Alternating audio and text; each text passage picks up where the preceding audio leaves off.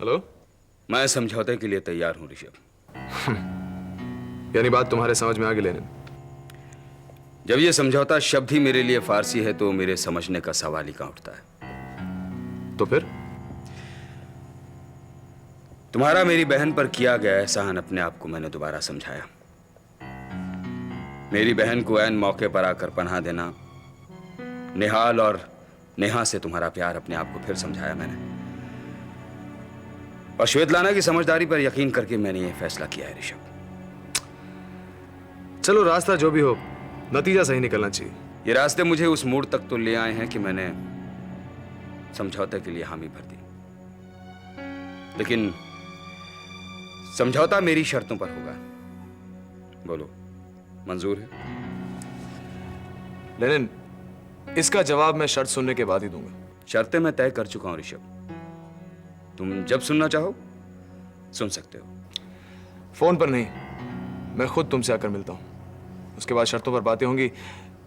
Good night. Good night.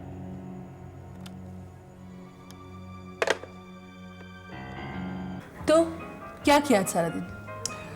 आज बहुत ही hectic दिन था। अच्छा, क्या काम किया?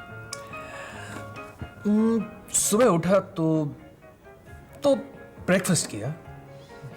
उसके बाद दोपहर हुई तो लंच। फिर शाम हुई तो नाश्ता करना पड़ा।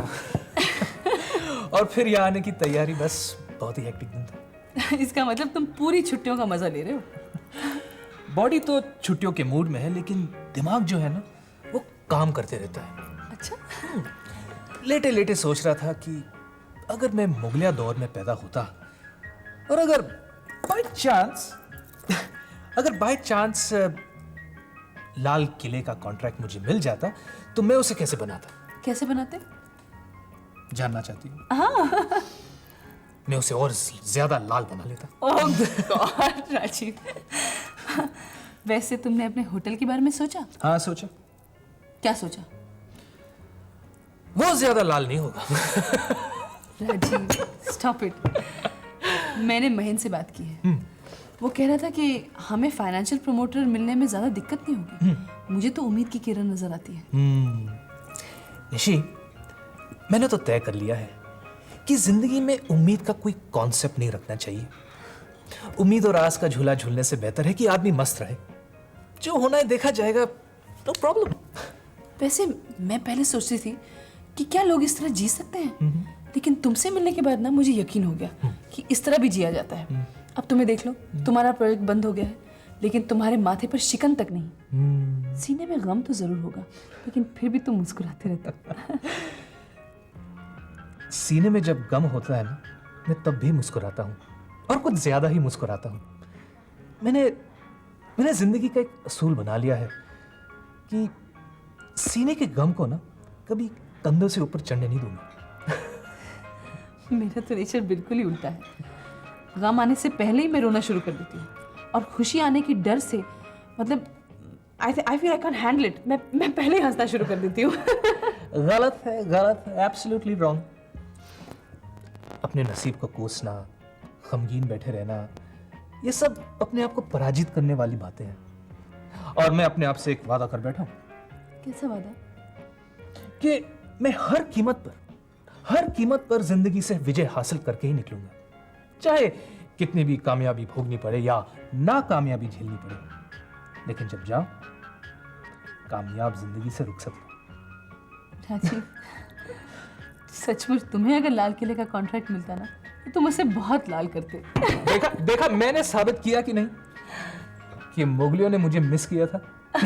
You're amazing, Rajiv. और काफी हो जाए। वेटर। तो समझौते की शर्तें सुनना चाहोगे? पहली, करण को वो कैसेट मेरे हवाले करना पड़ेगा जिसमें मेरे खिलाफ बयान है। दूसरी, बयान देने वाले को मेरे सुपुर्द करना पड़ेगा। तीसरी, मेरे खिलाफ जो पुलिस में केस दर्ज है उसे वापस लेना होगा। चलिए मान लीजिए कि करण आपकी तीनों शर्तें पूरी करता है, तो आप इसके बदले में उसको क्या देंगे? रंजना देवी के सर पर जो खौफ के बादल हैं वो छट जाएंगे, और दूसरा, करण को वो कैसेट दे दिया जाएगा जिसमें मुन्ना नेपाली का बयान रिकॉर्ड है। और मुन्ना नेपाली? नो नो, मुन्ना नेपाली मेरी हिफाजत में रहेगा। ठीक है, मैं आपकी शर्तें करण तक पहुंचा दूंगा, और अगर करण को ये सारी शर्तें मंजूर है तो उसकी मंजूरी आप तक पहुंच जाएगी। अगले 24 घंटे के दौरान। अगले 12 घंटे के दौरान।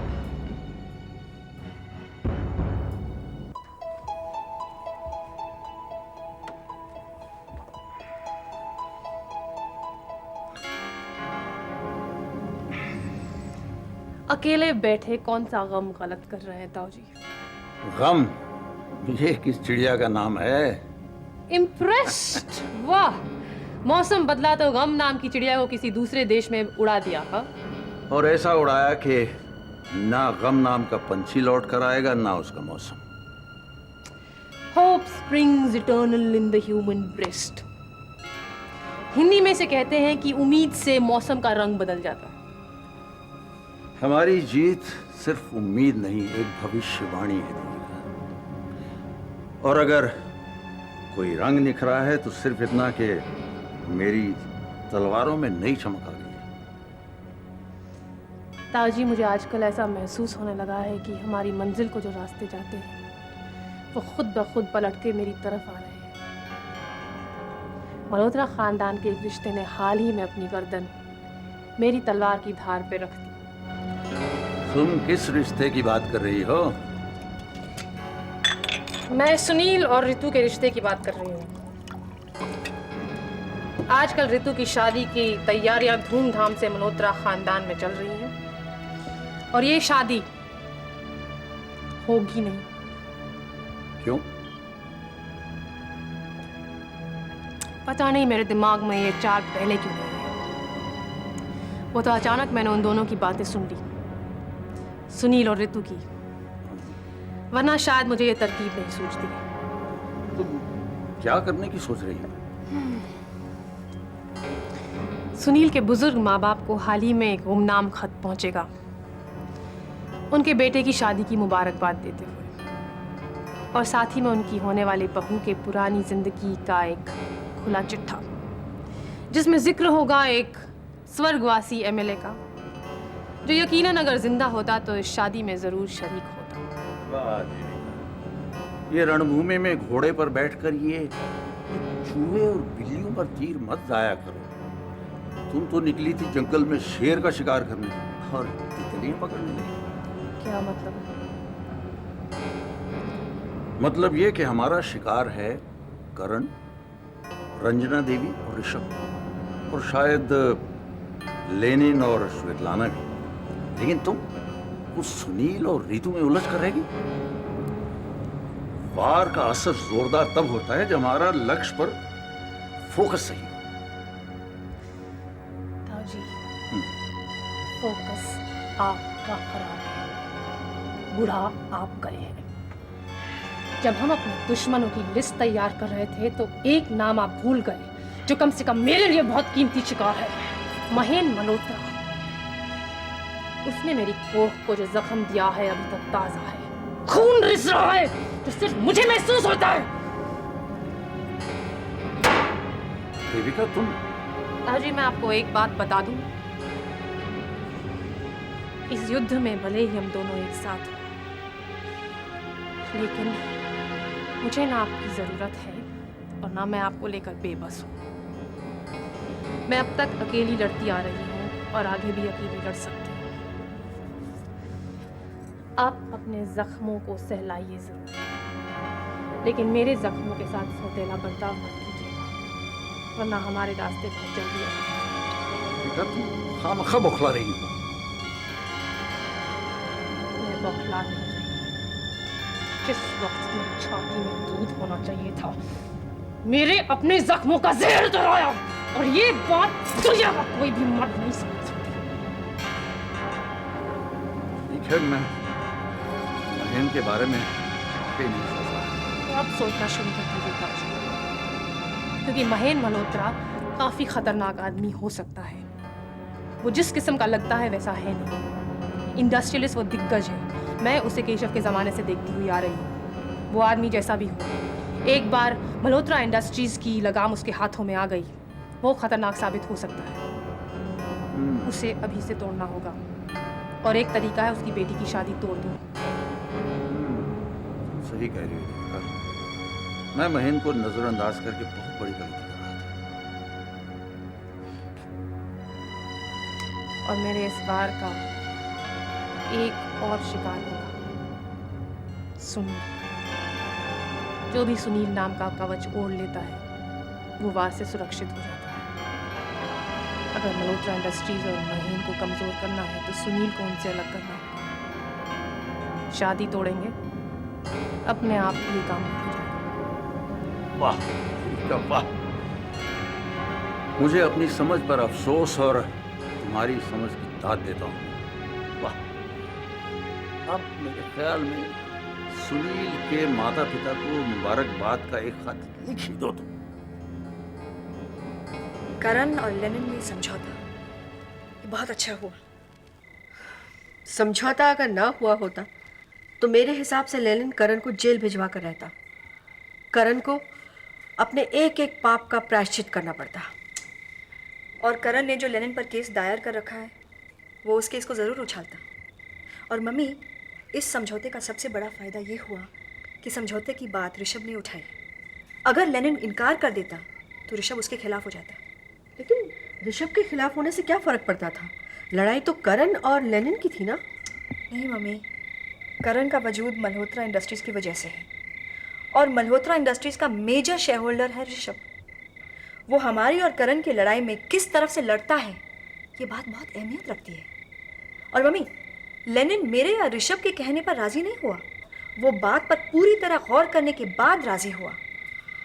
मुझे तो ये ऋषभ का भी समझ में नहीं आता। यूँ तो ये रंजना देवी और करण उसे फूटी आँख नहीं भाते थे, लेकिन जब ये समझौते की बात हुई तो बीच में आकर खड़ा हो गया। वैसे भी ये समझौता ऋषभ के अलावा और कोई करवा भी नहीं सकता था। करण के गुरूर को और रंजना देवी के अभिमान को कितना झुकना पड़ा होगा जब उन्होंने ऋषभ से मदद मांगी होगी। वैसे ऋषभ ने उनकी मदद करके एक तरह उन्हें बेइज्जत कर दिया है। हेलो हेलो सोनू बेटे, कहाँ से बोल रहे हो? मम्मी, मैं स्कूल से बोल रहा हूँ। हम टूर से वापस आ गए। तुम्हारी आवाज़ सुनकर मैं ये बता सकती हूँ कि टूर तुम्हें बहुत पसंद आया। हाँ मम्मी, बहुत मज़ा आया। हमने ट्रैकिंग की, माउंटेनियरिंग की, फिर कैंप फायर लगाया रात को, नाचे गाए, बहुत मज़ा आया। मुझे बहुत खुशी हुई ये सब सुनकर। मम्मी, मैंने आते ही आपको फ़ोन किया था ऋषभ भैया के घर पर। उन्होंने कहा कि आप वहाँ से शिफ्ट होकर यहाँ आई हैं। वहीं से मुझे आपका नया टेलीफोन नंबर और एड्रेस मिला। आप इतने घर क्यों बदल रही है मम्मी? बेटे, मिलने पर बताऊंगी। वैसे अब शायद ज़्यादा घर नहीं बदलने पड़ेंगे बेटे। ओके मम्मी, मैं आपको टूर के बारे में एक एक बात चिट्ठी में लिखकर बताऊंगा। एंड मम्मी, थैंक यू, क्योंकि अगर आपने मुझे परमिशन न दिलवाई होती तो शायद मैं टूर पर नहीं जा पाता। Okay mummy, bye. बाय बेटे।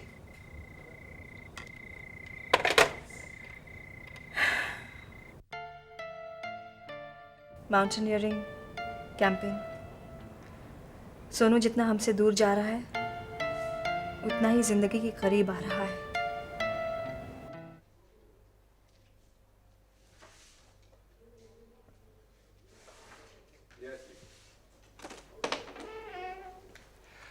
हाय बेटा। हाय पापा। कैसी है? ठीक हो? बेटे कोई नजर नहीं आ रहा, सब लोग कहाँ हैं? इस घर में सब लोगों के अलावा आपकी एक छोटी बेटी भी रहती है जो आपके सामने खड़ी है। जानता हूँ, मैं तो ये पूछ रहा हूँ कि बाकी सब लोग कहाँ गए? मम्मी मिस्टर राजीव कोहली के साथ डिनर पर गई हैं, दीदी सुनील के साथ हैं, और आप तो सिर्फ उन दोनों से मिलने आए हैं, मुझसे नहीं। बिल्कुल नहीं। तुम्हारे पापा सबसे मिलने आए। आज अचानक आपको इस घर की याद कैसे आ गई? बेटे बिजी जो इतना हूं। इतने बिजी हैं कि इस घर के लिए जरा सा भी वक्त नहीं निकाल सकते? इतना मुश्किल है? ऐसी बात नहीं है बेटे। एक तो मुझे अब मल्होत्रा इंडस्ट्रीज का चेयरमैन बना दिया गया है, उसकी जिम्मेदारी, ऊपर से रितु बिटिया की शादी की तैयारियां। ऐसे पापा आप भी कमाल हैं। आपको इस घर में ना आने की कोई ना कोई वजह तो मिल ही जाती है ना? बेटे एक बार रितु की शादी हो जाए, उसके बाद जो भी नाराजगी होगी मैं कबूल कर लूंगा। आपसे नाराज होके काम भी तो नहीं चलता है ना। आप आ जाया करिएगा, आप आते हैं तो अच्छा लगता है। वैसे अब दीदी तो है, पर कुछ ही दिनों में उसकी भी शादी हो जाएगी, फिर ये घर बहुत अकेला पड़ जाएगा ना। आप वो कमी पूरी करने कभी कभी आ जाया करना। जरूर आऊंगा बेटे। मैं जानता हूं जब रितु की शादी हो जाएगी तो हमारी छोटी बेटिया बहुत अकेली हो जाएगी। नहीं, ऐसी कोई बात नहीं है। बिजनेस अकेले रहने की फुर्सत ही नहीं देता। अब हमारी बिटिया हमसे अपनी फीलिंग्स छुपाने लगी है। इतनी बड़ी हो गई है क्या? उसकी आवाज में जो इतना दर्द छुपा हुआ है, आंसू छुपे हुए हैं, क्या वो भी छुपा रही है? वो थोड़ा सा गला खराब है इसलिए आपको आवाज अलग लग रही है, वरना everything is alright, it's fine. बेटा जब तुम्हारा गला खराब होता है ना तो तुम्हारे पापा उस आवाज को अच्छी तरह से जानते हैं, और जब उसमें थोड़ा सा भी दर्द छुपा होता है तो उस आवाज को भी पहचानते हैं। बेटे एक काम करोगे? बेटा अब तुम भी शादी कर लो। पापा आप भी? जिसे देखो बस इसी बात के पीछे पड़ा हुआ है, शादी कर ले शादी कर ले। आज नीतू को हेलो हाय करने के बाद किसी को कोई बात सोचती ही नहीं है, किसी के मुंह में और कोई लफ्ज ही नहीं आते उसके लिए। दीदी भी इसी के पीछे पड़ी है, सुनील को तो और कोई बात ही नहीं सोचती है, मम्मी हाथ धोकर मेरे पीछे पड़ी हुई है, और अब आप? जैसे कि मैं नीतू नहीं, कोई परेशानी हो गई हो इस घर के लिए। ऐसा ही है तो मुझे साफ साफ बता दो, मैं खुद ही इस घर को छोड़कर चली जाऊंगी। ऐसी बात नहीं है। कम से कम अब तुम्हारे पापा इस बात का जिक्र कभी नहीं करेंगे, उस वक्त तक नहीं जब तक तुम खुद अपने पापा से इसके मुतालिक बात नहीं करती। ओके? सारे ही जानते कि मेरे सर पर एमएलए का मर्डर केस है, फिर भी सब एक ही बातें करते रहते हैं। मैं जानता हूं बेटे, लेकिन घबराने की जरूरत नहीं है। अब सब ठीक हो जाएगा, आई प्रॉमिस।